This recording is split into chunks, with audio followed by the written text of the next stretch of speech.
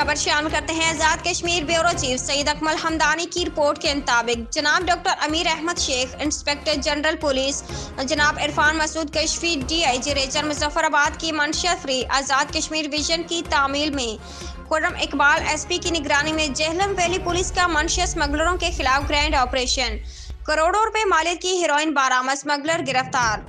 तफसीलात के मुताबिक खुर्रम इकबाल SP जेहलम वैली की निगरानी में लियाकत हमीद SHO थाना CTO Naveedul Hasan incharge CIA staff Jhelum valley ने रशिया के मुकाम पर मुश्तरका कार्रवाई करते हुए मोहम्मद यूसुफ वल्द मोहम्मद यासीन, गुलशन बीबी जोजा मोहम्मद यूसुफ सकना छेतरगाम मोजी लेपा के कब्जे से 5 किलो वजनी हेरोइन बरामद करते हुए मुलजमान के खिलाफ CNSA 9C15 का मुकदमा दर्ज कर लिया। मुलजमान के इंकशाफात पर दिगर मंशियात फरोशों की गिरफ्तारी और मंशियात की मजीद बरामदगी के लिए पुलिस के मुख्तलिफ मकामात पर छापे जारी।